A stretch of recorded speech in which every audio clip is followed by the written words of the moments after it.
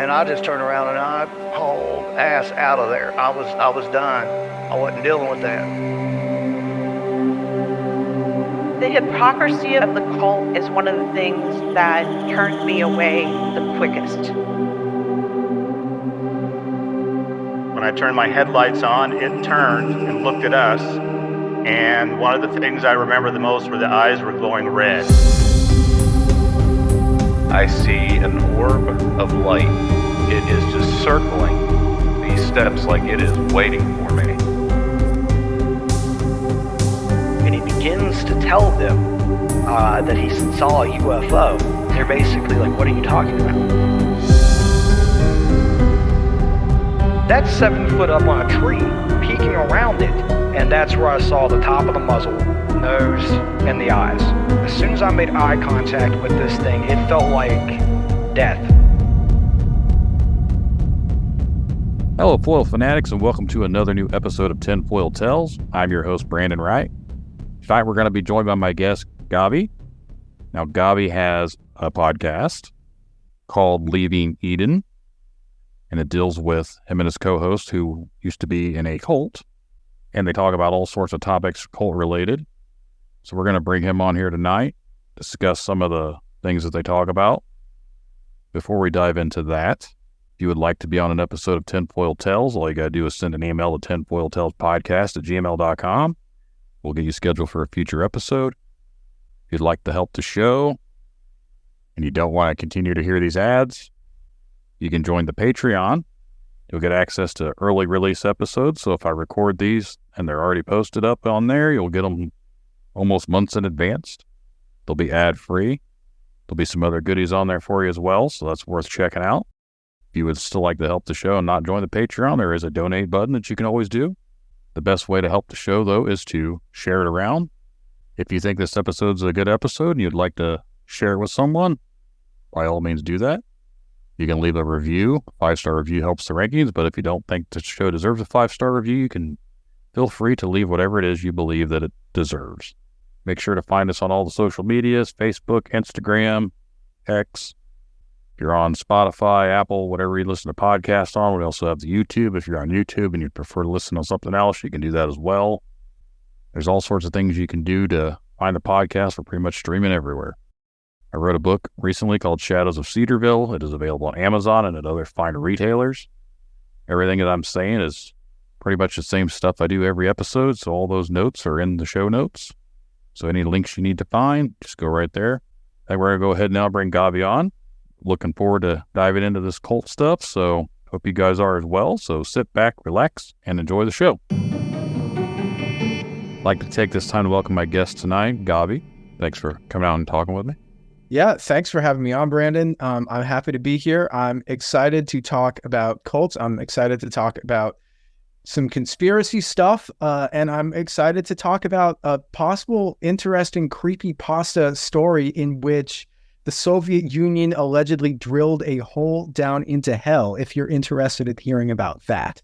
I'm always interested in hearing about some sort of creepypasta conspiracy stuff with the Soviets drilling into hell. That's definitely right up my alley. Yeah, so my name's Gavriel Hakohen.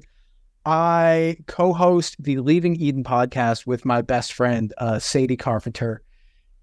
She was raised in a cult. She was raised as a Christian fundamentalist in a very patriarchal, very conspiracy-heavy, very controlling branch of Christian fundamentalism.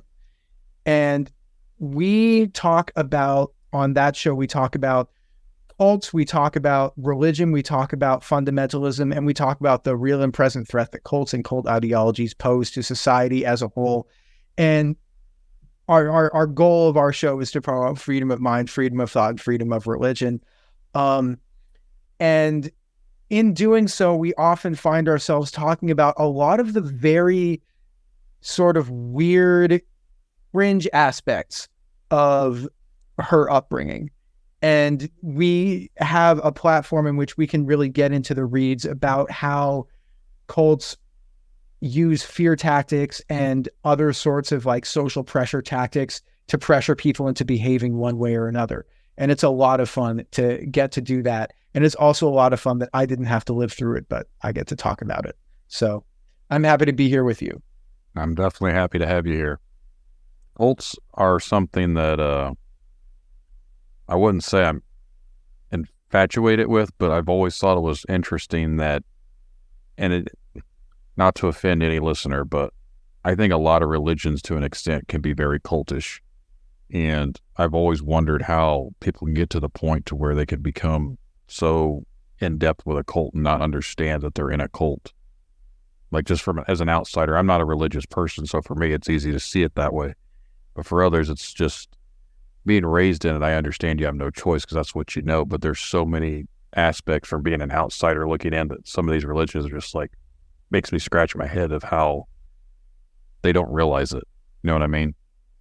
Oh, yeah, absolutely. You know, that's my experience doing the show as well. Because, I mean, I am a religious person. I'm Jewish, but I was raised very liberally. I was raised very in a manner in which the level to which I decided to pursue that was left up to my own choice. And so when I get to be on a show with somebody and I have a friend who was raised so different from that, and that, you know, when she told me this story about how when she was a small child, she had my friend who I co-host the Leaving Eden podcast with, her name is Sadie Carpenter, and she will tell me about how when she was a small child, she had an intense fear of going to hell, and how heavily that weighed on her, even when she was like 3, 4, or I don't know about 3, but like 4, 5, 6 years old. And, you know, I think to people like us who were not raised in that environment of fear, it's so interesting to be an outsider looking in and to talk about that stuff, because for people like us, we think of the way that we think about things as the default. And then there's so many other people that were raised so different and had to learn about things like that, you know, just learn about even basic aspects of the way that society functions outside of the framework that they're used to, that we just take for granted. Yeah. I was raised most of my family are Pentecostal Christians, and that's just not something that I've ever been associated with. Obviously, when I was a kid, I had no choice, but I went. But as I've gotten older, church and everything like that, it's just not something that I've been involved with, I guess. It's just, I myself don't care that someone is in a certain religion or whatever, that if it works for them, that's great. I've said that before. Like, do whatever works for you guys. Me, myself, I do what I do that works best for me. And I just don't assign myself to one specific religion. Yeah. And I mean, I think that's totally fair. You know, it's to whatever end that you decide as long as it's, you know, your own personal choice. I think that's the most important thing. No, but I do think it's interesting to talk about how religions become cults, and how, you know, where that gray area is. Is that something you'd like to talk about now? Because I can talk about that if you're interested in that. Yeah, go ahead. So there is a researcher whose name is Stephen Hassan. I don't know if you've heard of him. But he was at one point a member of the Moonby cult.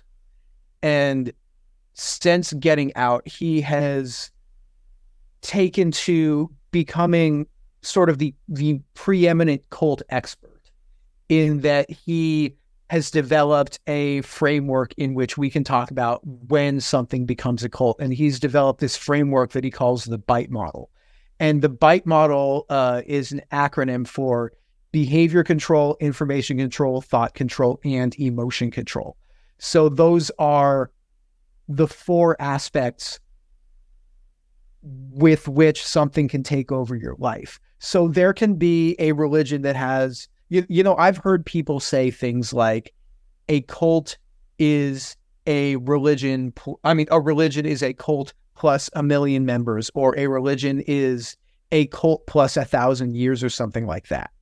But there can be religions that have 1 million members and are extremely culty, and there can be groups that are thousands of years old that are extremely culty, and there can be cults that have just one-on-one, that can literally just be two people in it. Like, I don't know if you knew this, but even an abusive or a controlling interpersonal relationship, or like a romantic relationship that turns abusive, can be classified as a cult under Stephen Hassan's bite model. It's actually quite interesting when you look at it. So I can talk about the 4 aspects of that if you're at all interested in that. Yeah, sure. I'm sure the listeners like to know about it. Yeah. So behavior control, and the whether or not something is a cult is not to do with whether or not there are any aspects of this that exist. Because when I say behavior control can be anything from a religion that tells you what you can and can't wear, or a religion that tells you what you should and shouldn't eat. And just because a religion will do something like that will not necessarily make it a cult. But it's the degree to which they have a control over your life, and whether or not there is possibly a method of punishment behind that. So behavior control, like I said, could be, what you wear or what you eat, but it could also be something like, they could try to control your sexuality. They could try to control, what you do throughout your day, where you are allowed to and where you aren't allowed to go. They could control, if you're in a cult that is, say, on a compound, part of behavior control could be, you can't leave this compound, you can't leave this area, you can go to this area, you can't go to that area. So there are parts of it that could be just like benign things that you choose to buy into because you're a member of a community, but there are also behavior control aspects that are things that could legitimately be very damaging to your life if you keep going on and keep going forward with them and you allow them to be that level of controlling. So that's behavior control. The information control aspect of it is interesting because once we get into information control, it's much more like things that you are doing to yourself. So when you're practicing it, or if a cult practices information control on a person, information control would be like saying you can only listen to information that is coming from pre-approved sources, or you can't talk to outsiders. One of the big aspects of cult control is creating an in-group versus out-group dynamic, where basically you can only trust information that is coming from within the in-group, and any information that comes from outside of that is suspect, is not something that you can trust. And that is one of the big aspects of it. One of the things that cults will do is they'll encourage spying on other members, ratting other members out for possible, infringements on the code of conduct, something like that, or morality code, a level of legalism that, gets practiced onto people, and somebody, they'll make a lot of rules that basically everybody is in violation of the rules at some point, and whether or not they prosecute you for your violations of the rules will be based on whether or not they want to control you. So that's part of information control, and that they will encourage members to spy on each other, rat on each other, to build an environment of distrust among other people. And so that can, like I said before, that could be in a large group, in a large, say, a religious setting. It could be in a one-on-one, not religious setting. So if you're in, say, like an abusive or a controlling relationship, then your abusive partner could say something like, I don't want you to talk to this person because this person doesn't have your best interest at heart. And if you talk to that person, then they will get mad at you because then, maybe they'll say, oh, that's a violation of trust. Why are you talking to this person? This person doesn't want the best for us. This person is always trying to sabotage us, when that person is trying to possibly help you out. And so that, I think, is an element of information control as well. When we get into thought control and emotion control, these are aspects of cult control that are often done by a person administered to that person to themselves. So they can, like for thought control, one thing that springs to mind is they will tell you there are good thoughts to have, there are bad thoughts to have. And these are the thoughts that are good. These are the thoughts that allow you to either build closeness to God or build closeness to whatever deity, or these are negative thoughts, and these negative thoughts are not good thoughts that you should have in your head, and you shouldn't allow yourself to feel them. And that's when it gets to things like thought control. That is an idea that you have to administer onto yourself, because you're the only one who can. I don't want to say you're the only one who can control what you think, because we're all influenced by outside information, but there can come to a level where you can practice a level of control on yourself. And the same with emotion control, whereas with emotion control, you can, that's something that you will have to do to yourself, where you will have to practice either saying, I feel like these emotions are good and I should be allowed to feel these feelings, or I shouldn't be allowed to feel these feelings because I think these emotions are bad and these emotions are not conducive to the life I want to live, or being part of this group that I feel like my identity is tied up in being a part of. But those are basically the four aspects: is behavior control, information control, thought control, and emotion control. And they can take many forms. Sounds like a lot of the typical things that you do hear about when it just comes to cults. Like, they don't want them having contact with the outside. They want them to make sure that they're afraid of the higher power, but they also want the cult leader to be that higher power in most of their eyes. It's right. It's a strange concept that the leaders are usually the ones that can talk to whatever deity that it is that they're supposedly talking to, but then they look towards the leader as the actual almost God type of a mentality. I think that's what drives the cult mentality through the whole thing, is the people themselves are almost worshiping the leader instead of the God that he claims he talks to. Oh, absolutely. And it is invariably a man, isn't it? It's almost always a man. Yeah, I say he, but like, I don't really know of any cults that's been driven by a woman. I guess that's why I kind of generalized it as a man. Well, I'm trying to think, I think that there are probably some personality cults that are around female cult leaders. The one that I'm thinking, do you remember Theranos? No. Was that Elizabeth Holmes, where she created a product that was supposed to test blood for all sorts of different, it was supposed to do a lot of different blood tests, and there was a whole, I think there was a Hulu miniseries about it.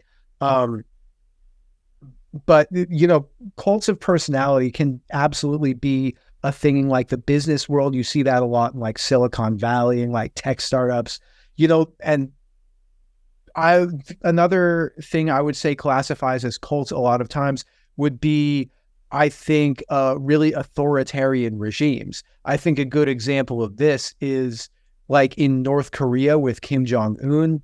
I would definitely classify that as being a cult, in that the information is so heavily controlled, and basically information that is not, regime propaganda is not allowed to permeate, and people are not allowed to consume it, and there's, punishment for that.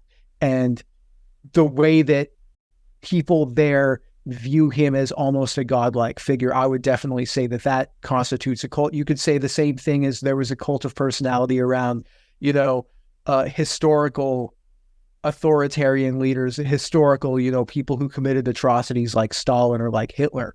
And there was definitely a cult of personality around those people and their relevant political ideologies to the things that they believed definitely curried cult-like fervor among their adherents. Yeah, no, I definitely agree that for anyone that's not familiar with the whole North Korea thing, that I've always thought that myself, is they seem very much like a country that's ran like a cult. Oh, it is. It definitely is. And I haven't done as much research into that one, so I can't give the specific details that I would like to give. That I would give if I had done more research into it and had like all the facts and figures in front of me, which I don't, but I'm just sort of speaking off the cuff right now. But if you'd like more information about what classifies as a cult or not to anybody who's listening to this right now, I'd recommend going to freedomofmind.com, which is Dr. Stephen Hassan's website, in which he will give a lot more examples of, what behavior control, information control, thought control, and emotion control are, what examples they are. And I think the degree to whether or not something is a cult or not is the degree to which these things, to which we practice these things on ourselves, and the degree of control that these things have over our lives. Because I think that everybody to some degree practices thought control and emotion control on themselves. Like, even if you're, say, at the gym and you really want to push yourself to achieve, a higher personal record in, I guess, how much you can lift, you can tell yourself, I don't feel pain right now. I don't feel pain right now. I don't feel pain right now, as you try to get to that personal record, even if your arms are sore. And then you can do that. And that is still practicing, a thought control on yourself. But does that mean that lifting weights is a cult? I wouldn't say so. So it is to the degree to which, these things are able to actually take control of your life. And just because, these things are present doesn't necessarily make something a cult. Yeah. And anyone listening, I'll have the link to that in the show notes if you want to research a little bit more. Yeah, it's very interesting. But so the show that I host, with my friend Sadie Carpenter, she is a cult expert. She's a cult survivor. We talk a lot about the American Christian fundamentalist movement. And in particular, the independent fundamental Baptist movement, which is sort of they're not a denomination because it's a bunch of independent churches that sort of loosely affiliate with one another. Mm-hmm. But they throughout history of at least the 20th century of this country, they've been very influential. I actually went to school, with someone years back. I've been out of school for 20 plus years now, but she was Southern Baptist. And I remember she always came in and she always had to wear really long skirts. She wasn't allowed to wear anything but skirts to school. It wasn't like Amish. They didn't have to wear bonnets or anything like that, but she always had to make sure she was wearing a dress to school. Yeah.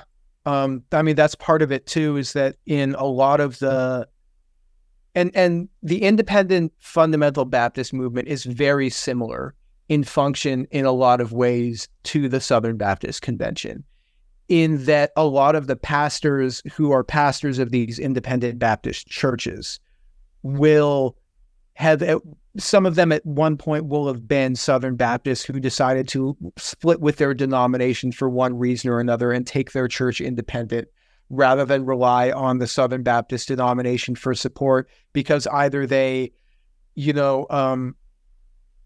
it's funny because these are the people who say that they hate cancel culture, and they will constantly be canceling each other over very minor theological differences.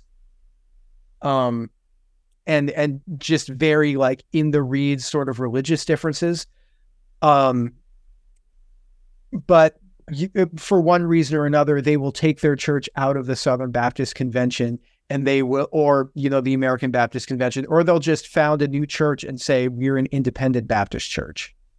And as I say, I actually know someone. I'm looking right now. I'm friends with him on Facebook. I've been friends with him long before he became a pastor. But I was trying to see what it says in Midwestern Baptist Theology or Theological Seminary, and he ended up making his own church. And it is based on the whole Southern, or I don't know about Southern Baptist, but it is very Baptist-like. And a lot of the things that I see him posting a lot, me and the guys that used to be all friends with him, he's got very, like, a God complex about himself. He always has. We've known him before this, and like he's always been someone that's very egocentrical. Like it's always about himself. He wants to be the center of attention.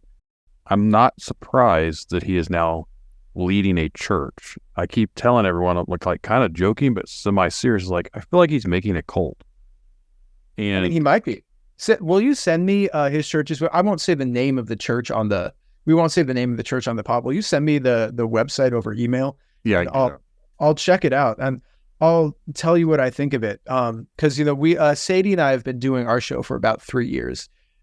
She was raised in and around this church called the First Baptist Church of Hammond, Indiana, and that was pastored for, I want to say, about 50 years by a guy named Jack Hyles. And Jack Hyles essentially was one of the people who made Christian fundamentalism into what it is today, and was very controlling of members. And there were, numerous sex scandals around either him or his son, David, or his son-in-law, Jack Scopp, who ended up going to prison for sexual abuse of a 16-year-old girl back in, I want to say, 2012, 2013. And one of the big aspects of a lot of these Christian fundamentalist denominations is the way that they treat sex and the way that they treat women especially is very horrible. Is that, they have this sort of purity culture that you are only valuable as your sexual purity.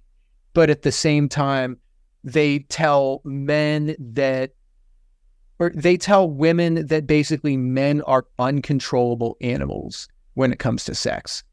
And that if you even show a little bit of skin, then whatever it is that man does to you is your fault.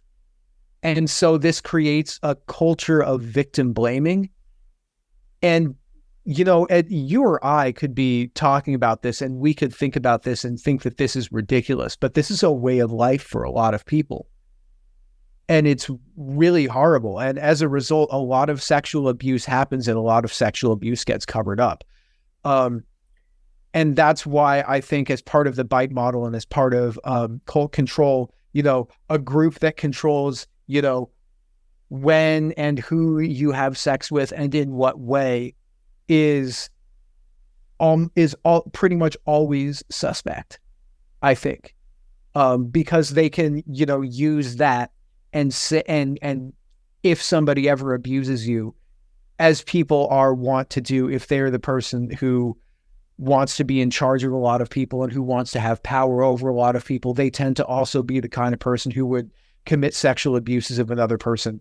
Then that creates a framework for them to be able to blame the person that they're abusing, for their own abuse, and then create a culture of shame in which they won't come forward, in which there won't be accountability against abusers.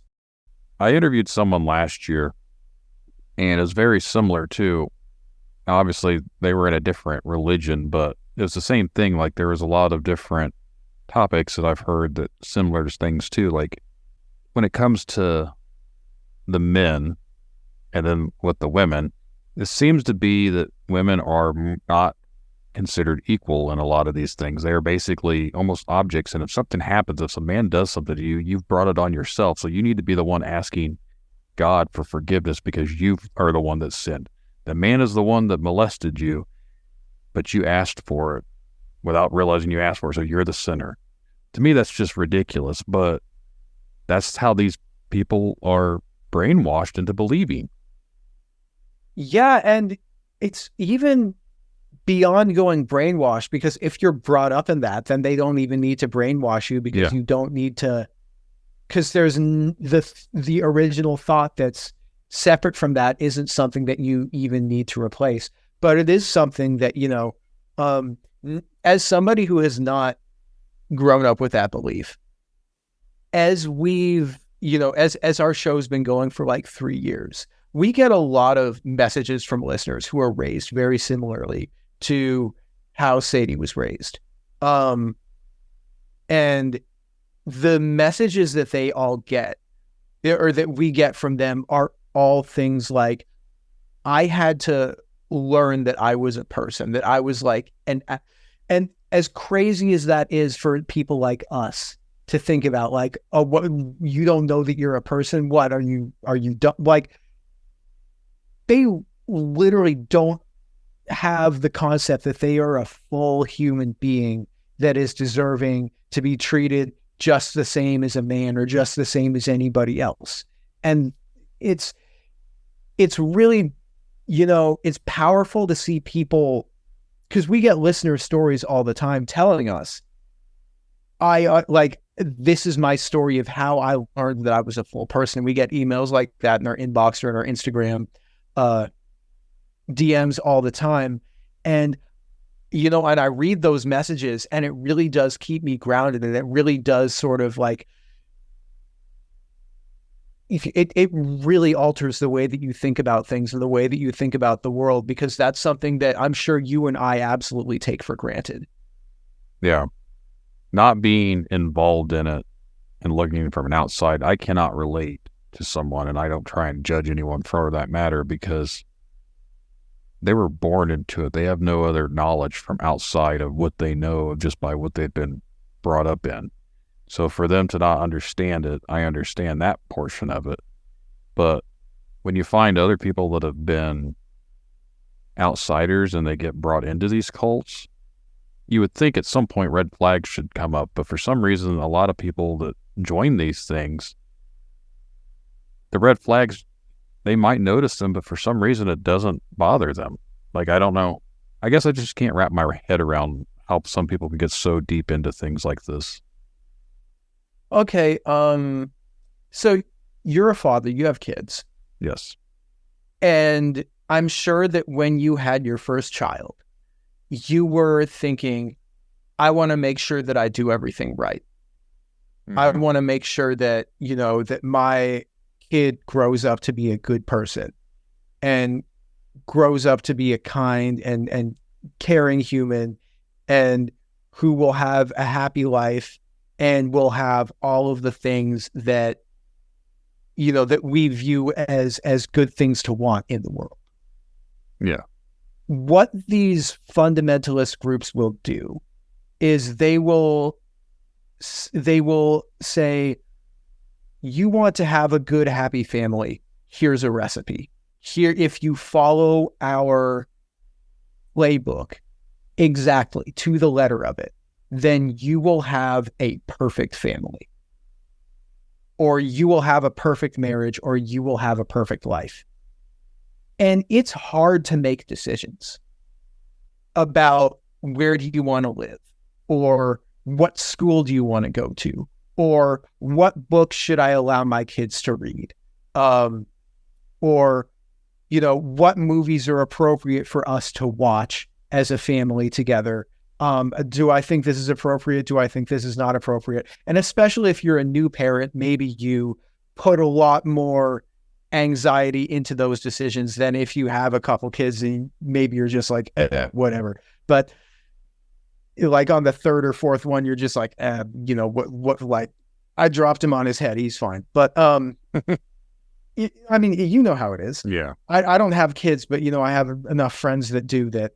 That's kind of the thing that I've got. But like, the anxiety that you get over whether or not your family will be a happy family is real. And what especially Christian fundamentalism will do is they will say, this is a recipe to give you a perfect family, like a perfect Leave It to Beaver, 1950s, everything is good, everything is dandy, type family life, a very nostalgic, very like idyllic family life. And that's what they'll promise you.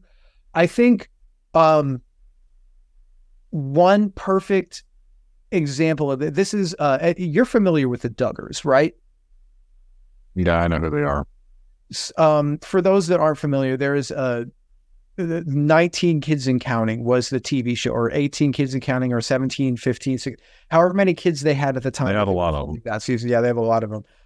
The Duggar family were members of a group called the Institute for Basic Life Principles, which was founded by Bill Gothard. Bill Gothard created essentially a cult and a homeschooling curriculum. And he went around and sold it to families as, this is the perfect way to have children. This is the perfect way to raise your family. You have your family, this is the homeschooling curriculum that you use to teach your children. These are the concepts from the Bible that have basically been distilled down into 12 principles that are infallible. And if you live your life based on these 12 principles that encompass every commandment in the Bible, then you will live a perfect, happy, good life. And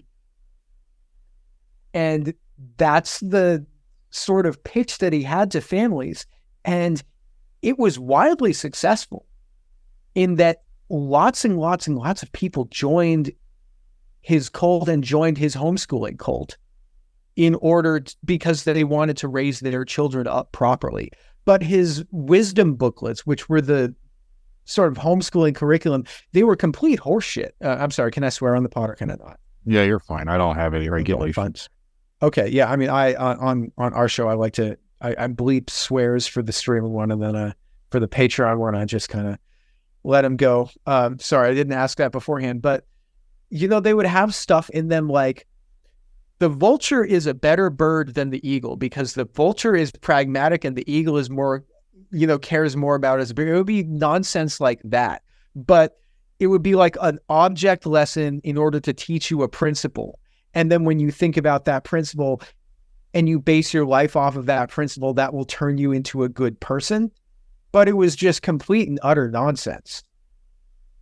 But the way that they teach this to you and the way that they get people to buy into this is by saying, if you do this, then you will have a perfect family, you will have a perfect life. And being a person is hard. Thinking about things is hard. Making decisions is hard. And if you never want to have to make a decision for your life again and you're just tired, then maybe just putting up with the pain and suffering of having to live this way and just kind of white knuckling it and going through the horrible things that you have to go through if you want to, be an IBLP member and have 20 children, which I wouldn't wish on anybody.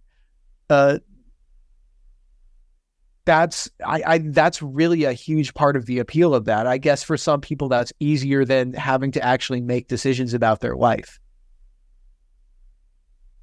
I just don't understand, and this is off topic, but how do you want or have 20 kids?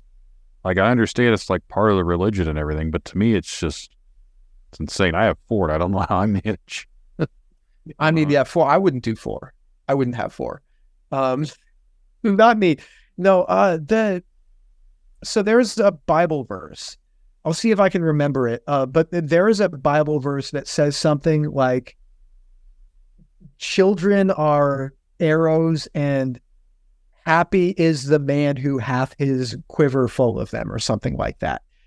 And it's like one verse somewhere in the Bible. And Bill Gothard plucked that one verse completely out of the concept or out of the context of whatever it is that verse was talking about, and says, here is a verse that says you should have as many children as possible.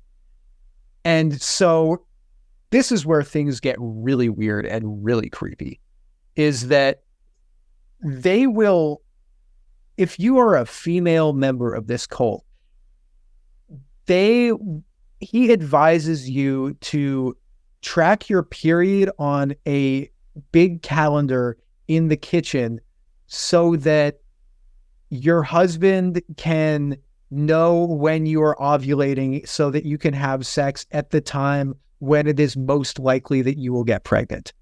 And the idea is that you should leave the number of children you have up to God. And if you try to do anything that prevents children from happening, like using any kind of contraception, any kind of birth control, abortion, obviously, for these people is completely out of the question. because that's the religious beliefs that they have.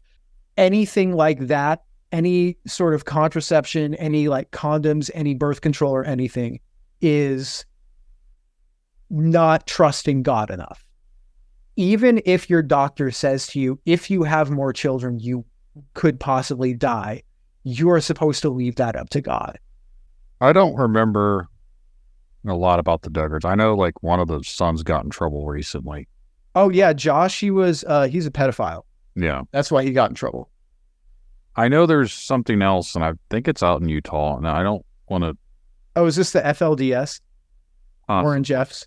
Yeah. I don't know what they're called, but I know some of the Mormons, they had multiple wives or whatever, I think it was. But there was something out there as well. There's like a group of them that had the multiple wives. It's very cult-like too. I watched something like a year or so ago about this. And was it Keep Sweet, Pray and Obey? I think so, maybe. Yeah, that was about Warren Jeffs and the FLDS. That guy's a real bastard. Yeah. Pedophile, all that stuff, marrying I think he was marrying like 14-year-old girls. Yes. He was truly a vile human. And he was just getting married he had so many like child brides. If I remember right, they're still out there, aren't they? I don't know about him, but I think the actual group of people, they're still practicing that out there right now. Yeah. Oh yeah. I mean, that's sort of the thing with a lot of these groups is that you can't really you can tell people you can't get married to children, but you can't if like they're just out there in the country and they're out there on a compound, you can't like be monitoring them and telling them what they can and can't do 24/7. And it's very weird. I think that's also a loophole too, isn't it? Because it's a religion. Don't they have a protection because of being a religion? Well, they're not protected from prosecution for doing crimes, but I think I'm really not sure about the details about that. But you can't prosecute somebody from their religious beliefs unless their actually religious beliefs are a crime. Yeah. Or are they actually doing crimes? Because that's like, if you remember Waco and the Branch Davidians, David Koresh, they didn't get him in trouble for having all of the child brides, which was extremely sus. They should have come after him for that. What they came after him for was firearms laws, breaking firearms laws and modifying, I believe he was modifying guns to be fully automatic, which he couldn't do. And the ATF came in, and that's when, everything went sideways with David Koresh, because they received reports of firearms laws being violated. Mm-hmm. I was actually watching something recently about that as well, and I forget what it was. I don't know. This is the tinfoil hat side of me. I honestly don't know what really went on there. I don't know if ATF set it on fire, they did it themselves or whatever. I've always leaned that it seemed more like it was the government that started the fires and ended up killing the people, but that's just my own thought process. But the whole cult vibe itself was screwed up in general. But again, I think all these cult things are screwed up. My personal opinion, and I don't want to say this is based on facts or I don't want to say this isn't based on facts. This is based off of a few different accounts of it that I've seen. My personal opinion is that I think that David Koresh planned on that, like, as soon as the first standoff happened, I think that he knew that he wasn't coming out alive, and that he wanted to sort of go out the way that he was going to go out. My belief is I think that he either set the fire or instructed somebody else to. It is in common theme for the cult leaders to, once they feel like they're losing their power, that's when they go for the I was going to say Jim Jones. Well, yeah, Jim Jones. Yeah. That's when if they can't have the people, then no one can have the people. So that's when they make them all die with him. Again, that's a cult vibe thing. Again, like if the leader's going down, everyone else has to go down with them. Yeah. That's very true. You know, I'm trying to think of another example of that. The Applegate, I can't think of what they were called, the ones out in California for the Hillbop comet or something. I don't remember. I haven't studied that one. Sometimes we do a deep dive into a lot of these. We've done deep dives into David Koresh and the Branch Davidians, and we've done a deep dive into Jonestown, and we've done a deep dive into the FLDS as well. And we have many, many, many episodes about the Duggars on our show. It's such an interesting topic, and it's interesting because there is just so much in common with all of these different groups. Is that it's almost like we've heard this story before. Like it almost always unfolds the same way, or it doesn't always unfold the same way, but in a lot of times it unfolds the same way. And it is really sad because, you know, in every instance that this happens, it's always like the women and the children who are the ones who suffer the most because, you know, they're the ones who lose the most freedom, and they're also the ones who are made to do so much of the actual labor of making the system function. And then they're also people whose lives are sacrificed as well. And one of the things that my co-host Sadie told me is that she told me that she always felt like when she was growing up that a woman's value was about the value of like the same value as like a Toyota Corolla, in that you are almost an appliance, in that you are a baby factory who also cooks and cleans. Yeah. And that's really the I think a common factor in all of these groups. I don't want to name drop a certain religion, but it's popular amongst the Hollywood elite. I've watched a lot of that Leah Remini show. Oh yeah, absolutely. And I was like, this literally is very cultish. Oh, it is for sure. I'm with you 100% of the way. I haven't done the research into that one as much as I would like to, in that we haven't done a deep dive episode into it, and I'm sort of saving doing the research into it for when we do a deep dive into that one. But from what I've seen, I definitely agree with you on that aspect. Just be aware that if you start to dive into that, that's why I'm not going to say anything. They have a tendency to come after people when it comes to spreading quote unquote propaganda. Ooh, yeah. From what I've heard, so that's why I kind of steer clear of that one. I don't feel like being canceled by a different form of cancel culture. I don't know. I'm not necessarily afraid of that. I don't know. I'm Jewish. I get hate mail in my DMs on a regular basis, or I did when I was on Twitter. I'm not on Twitter anymore just because it kind of got unusable, but that's entirely different. Different aspect. But if we want to talk cults of personality, then maybe there's one there as well. No, how would you like to hear a fun sort of like creepypasta-esque story? Yeah. To move away from all of like the doom and gloom and abuse and that sort of thing that we've been talking about for the last, I guess, almost an hour. So we just recently did a episode called The Well to Hell, where we did a deep dive into this sort of like this, I want to say urban legend, this myth that went around in conservative evangelical circles.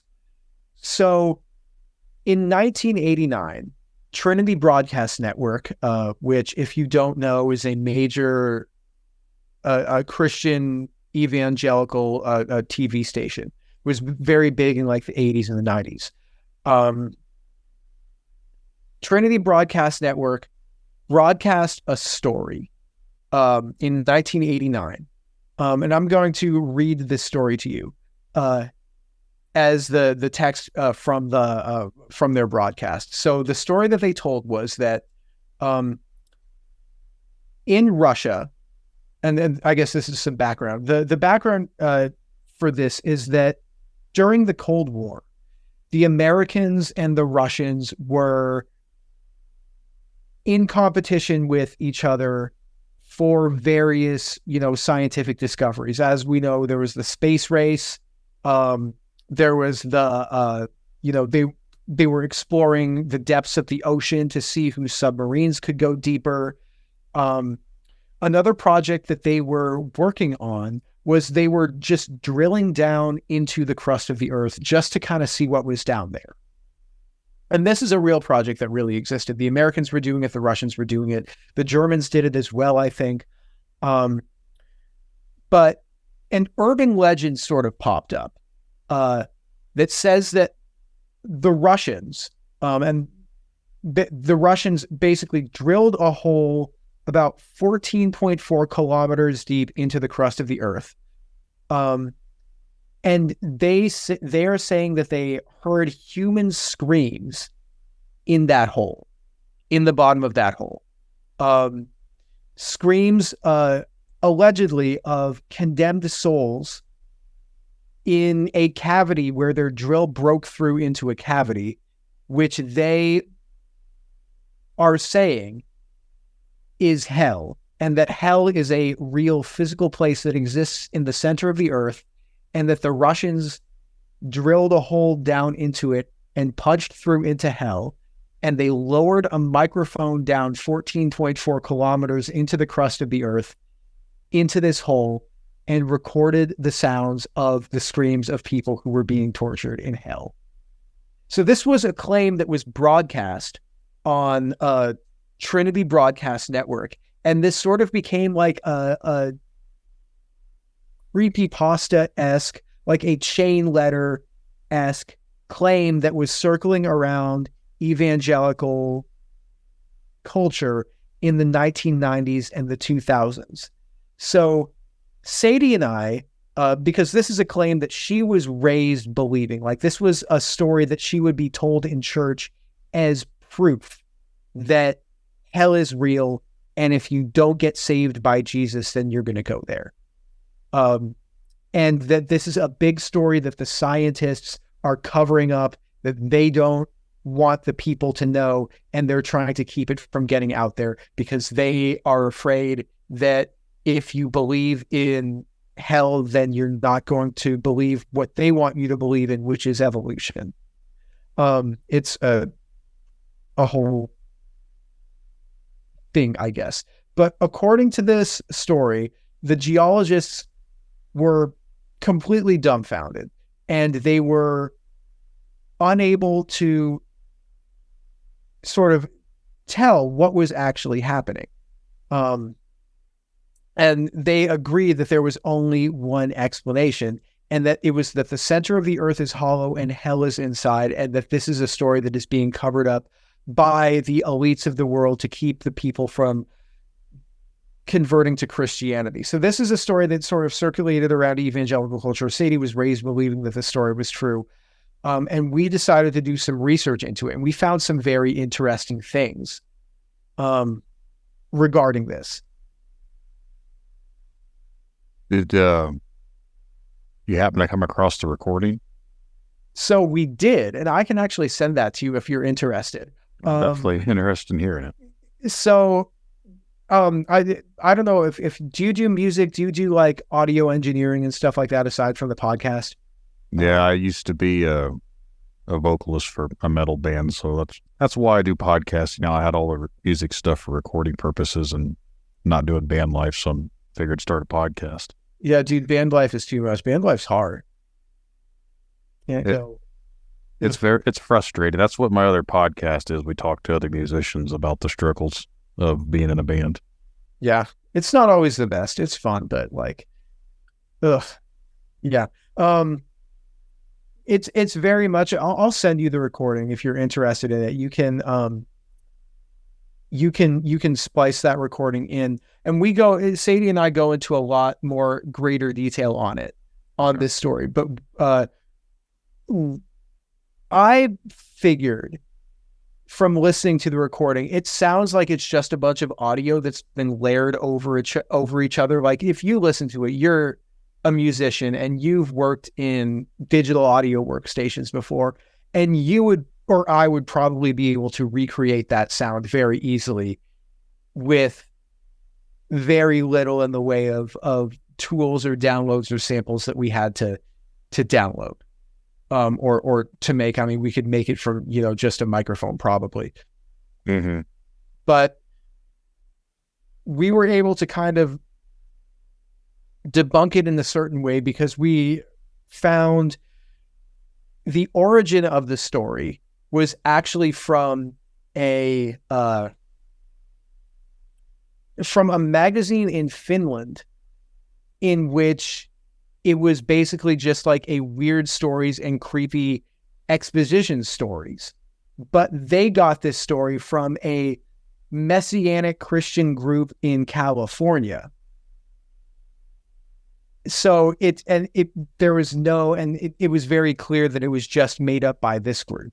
Mm-hmm. So this is a big story that, Sadie and other evangelical Christians who I've talked to were terrified because they heard this story. They grew up with the belief that in church they were being played the sounds of actual people being tortured for all eternity, when in reality it was a story that was made up by some church group in California and then translated into like Finnish or Norwegian and then sent back to TVN and then broadcast without ever actually fact checking whether or not it was true.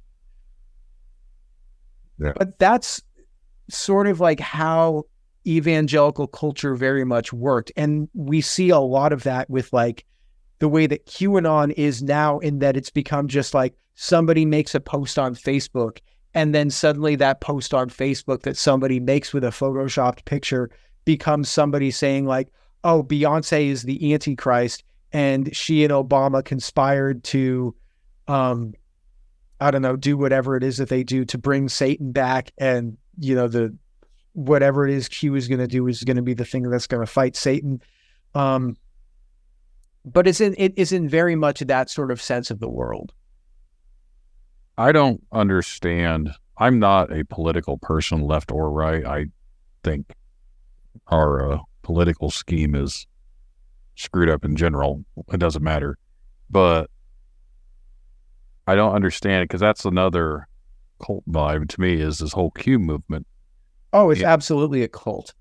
And I have a couple people that send me stuff all the time about it, and I was like, of the real savior, who's really going to, like, the person that they claim as the savior is that person? And then if you dive into it more, and I said, I think this is someone that's more or less just trying to discredit it because they said JFK Jr. is behind it all. He's the real Q. I was like, what?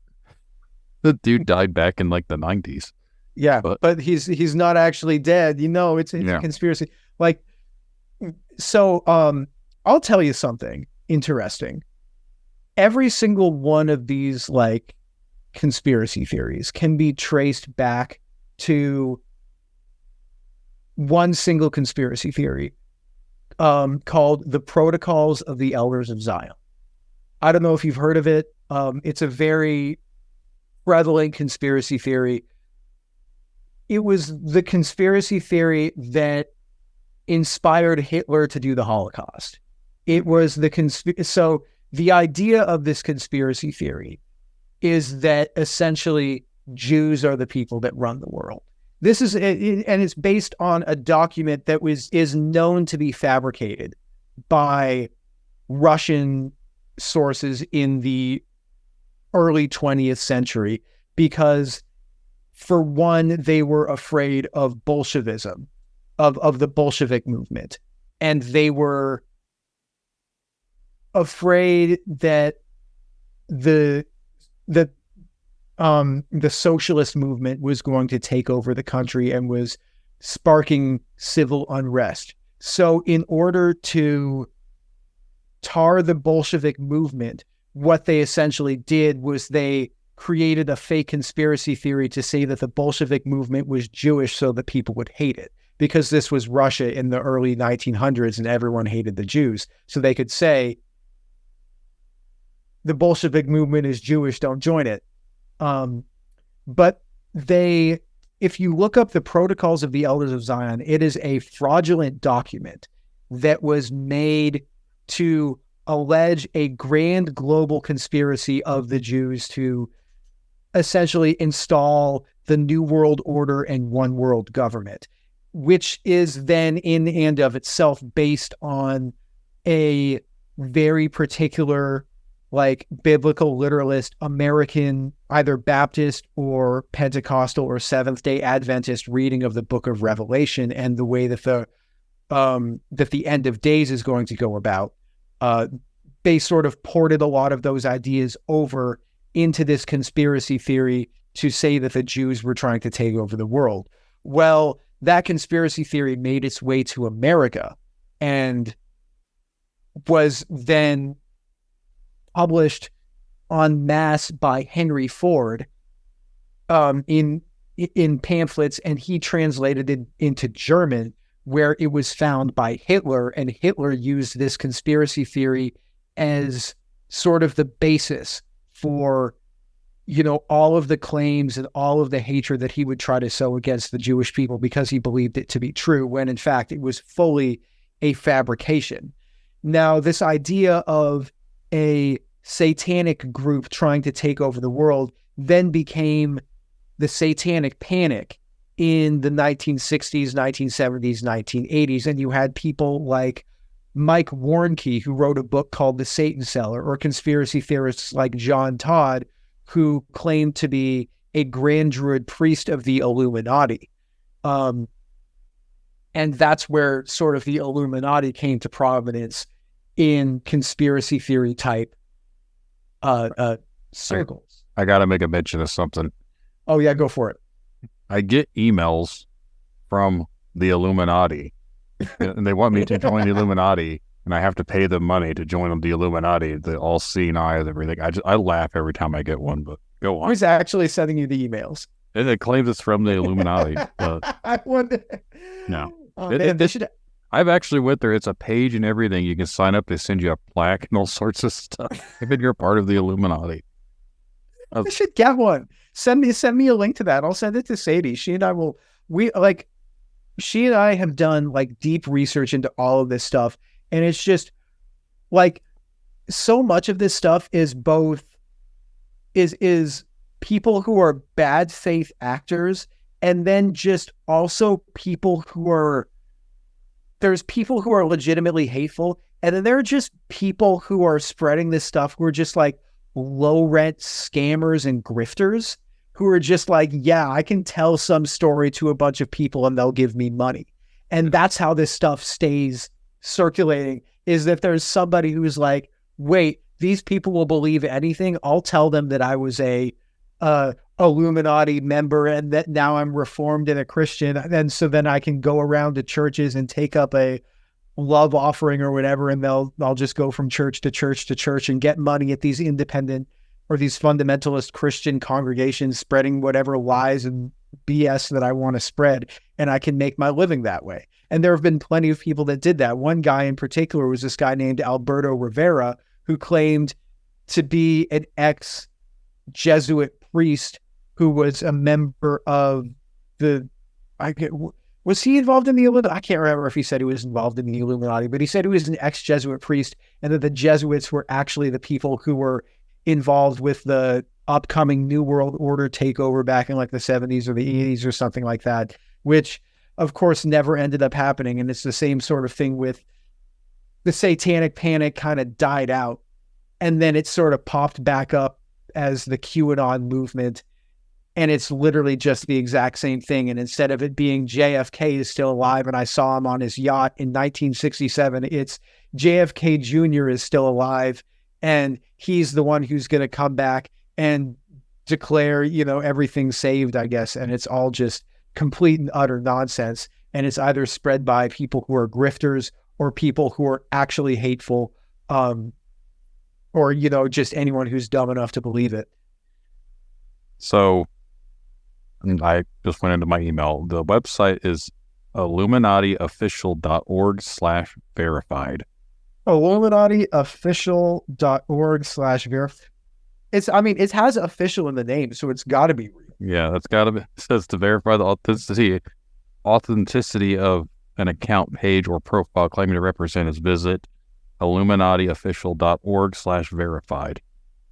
Oh, cool. So is there like an Illuminati version of like the verified check mark?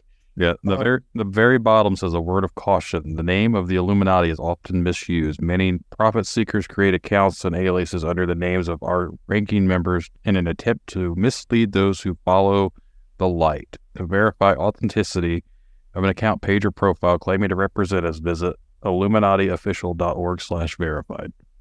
Okay, so I'm going to click this tab here where it says join the Illuminati. Oh, and it wants my email address and my full name. I don't know if I give them to that, does that mean that I have to take the mark of the beast and when the rapture comes, I can't go to heaven? I don't know. I just watched, because I didn't grow up in Christian culture. I just watched this movie called A Thief in the Night. Have you seen it? No, I have not. It's like a rapture B movie from the 1970s. But it's like an end times horror movie that was made in like 1973 or something. And now I'm thinking about the rapture. It says, the Illuminati is an elite organization of world leaders, business authorities, investors, artists, and other influential members of this planet. To apply for membership, complete the form on this page. And all it wants is my email address and my name. So I don't feel like that's like Yeah, this all goes to my old band account. That's the only time I ever see it. So we must have signed up to it years ago because we wanted to become famous. Yeah. Yeah. That's great. I mean, Illuminati Records. Like if you're going to have a record company, Illuminati Records. I guess Jay-Z has his Illuminati thing that he like. Everyone thinks that him and Beyonce and everybody else, they do little signs and little clues and everything else. There's all sorts of conspiracy theories when you go into that route with things, but I try not to get too in depth with some of stuff like that. I look for other type of stuff, more government involvement and control and other things than like the QAnon and stuff. Like I try to stay away from all that crap. Dude, it is a bunch of nonsense. It's if you're gonna do conspiracy theories, man, my favorite conspiracy theories are just the ones that are so, I don't want to say nonsensical, but just like what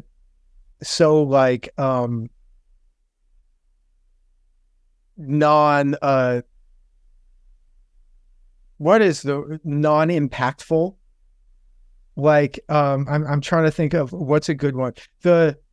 Like somebody sent me one actually my girlfriend sent me this one today. She sent me, or I might have seen it on Reddit or something. There was a conspiracy theory that like Taylor Swift and Travis Kelce's relationship is fake because Travis Kelce is gay or something like that. And he's trying to, and the NFL is trying to protect like an image like that. I'm just like, this is dumb, but this is funny that somebody would actually tweet about this on the internet. Because now I guess all the Swifties love football because she's dating Travis Kelce.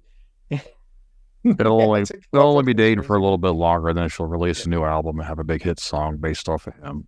Yeah, it'll be great. I'm sure it'll be a bop. She's got great songs. Yeah. My daughter went and seen her a couple months ago. I'm not a Swiftie at all. I'm a death metal fan. Oh yeah? Like what kind of death metal? The Black Dahlia Murder is probably my favorite band. They're melodic death metal. Oh, okay. So you don't like slam or anything? No, it's just like the slam music. There's some bands I've heard or whatever, but I'm not too big into the slam deathcore type stuff. I like more fast riffing melodic stuff. Slam is funny to me because they're just like, here's part of this one like suffocation song. What if we made an entire genre of music that was just this one breakdown of this one song? They did it. and it was fun for about 5 minutes. Yeah, I don't pay much attention to some of this stuff. I guess I'm too old for that. I'm almost 40. I'll be 40 in like 2 months. I just turned 30, man. Like we're still young. We're in the prime of our lives, man. We're in the prime of our youths. Yeah. I grew up with more metalcore and stuff like that. So stuff from like the early 2000s to the mid 2000s, that's always been my go-to stuff. Like Unearth's one of my favorite bands, and going completely off topic because this is more of my other podcast discussions, but that's just the type of stuff that we're into. And again, the other podcasts, we interview musicians and the struggles that they've had and stuff like that. So if you've got a background in music, you can always hop over on that one too. Yeah, what's that one called? Dark Side of the Scene. Dark Side of the Scene. I like it, man. No, that's funny. I swear the Swifties are gonna. I would love it if Taylor Swift decided to release a death metal album. And then a lot of people. This is another conspiracy that I say conspiracy, but it's more or less people. I see the memes and everything else. Like they name 3 songs because all these girls anymore are wearing like Metallica shirts, Slayer shirts, or like old metal band shirts or whatever. And these guys are supposed to be like running up to these girls, name 3 songs, name 3 albums. Like shit, I couldn't even do that. Like I love those bands, but off the top of my head, I couldn't just name 3 songs right off the bat just because I'm wearing a band shirt. I used to wear band shirts all the time, and someone come up to me like, name 3 songs. I'll be like, I know the song's music. I can't think of the names. I can sing 3 songs. I go, yeah. That's one of them. And then the other one is, no, then you get,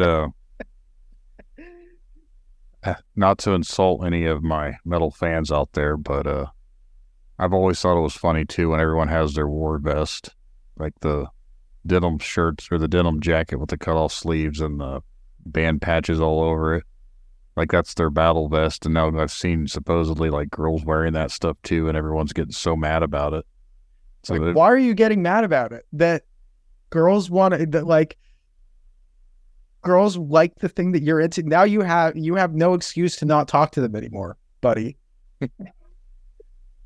Besides proper hygiene and being afraid of them. Yeah, now you can just, oh, no girls like the music of it. No, they do. They just don't like you, but no. Got to come out of the basement sometime there, fella. Yeah. I say that as I'm in my basement. Yeah. But I think we could probably wrap this one up. It's kind of going off the rails now. Yeah. Dude, thanks for having me. No, I definitely appreciate it. I definitely enjoyed it. You want to go ahead and let everyone know where they can find your podcast at? Yeah, so the Leaving Eden podcast, you can find us wherever you get podcasts. You can follow us on social media, on Facebook and on Instagram. And I guess we're on Threads now because Twitter's kind of dying. And I'm trying to see if Threads is still going to be a thing in like a year, but we're on there. And you can follow us. Our handle there is Leaving Eden Podcast. And you can follow me on socials if you want. My handle on Facebook and Instagram and Threads is at GAVRIELHACOHEN. Yeah. Thanks for having me on, man. I really appreciate it. This has been a lot of fun to talk about this. I mean, I do feel like, I do live in Philadelphia, and I do feel like, you know, in that episode of It's Always Sunny when Charlie is like looking for Pepe Sylvia, and he has the mail on the board and the string going back and forth. Yeah. I do feel like that whenever I talk about this stuff because it's all intertwined and it's all crazy. That's a show that I haven't watched in a long time, and I wish I could, but kids have now taken over my television. That's the real conspiracy of adult life, is once you have children, you no longer get the ability to just watch whatever the hell you want to watch because it is now taken over by the Disney Channel or Cocomelon or whatever the hell it is they're watching. Yeah. I don't know. I'm a fan of. Lately, I've gotten into Real Housewives of Salt Lake City. That's a great show. Highly recommend it. The only thing I end up watching is football. NBA starting up, so I'll watch that. Oh, what's your team? I'm a hometown fella, so I like the Colts and I like my Pacers. Those are the only teams that I watch everything though. That's what's funny. Like tonight, before we got on here, I was watching those tip-off nights. So it was the Lakers versus the Nuggets. Like, I don't like the Lakers. I just I'm from enjoy Portland. sports. Yeah, I'm from Portland, Oregon, so my team is the Trailblazers. Yeah, and I'm glad that I have something to talk about this year, other than is Damian Lillard going to get traded? So, yeah, that's been the rumor for the last 2 or 3 years. 5, 10, 15, 20, as long as he's played, they're just insatiable. It's just they want to make content. They want to make content, so there's people being like, who is going to ask for a trade next? And I guess it's Joel Embiid is going to ask for a trade next now that Giannis signed his big extension. But I digress. Thanks for having me on, man. I really appreciate it. Yep, not a problem. I appreciate it. Thank you.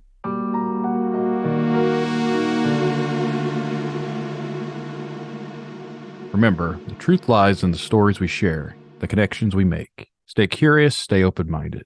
Thank you all for joining us on this journey, and until next time, keep questioning, keep seeking, and keep exploring the unknown. Good night, everyone.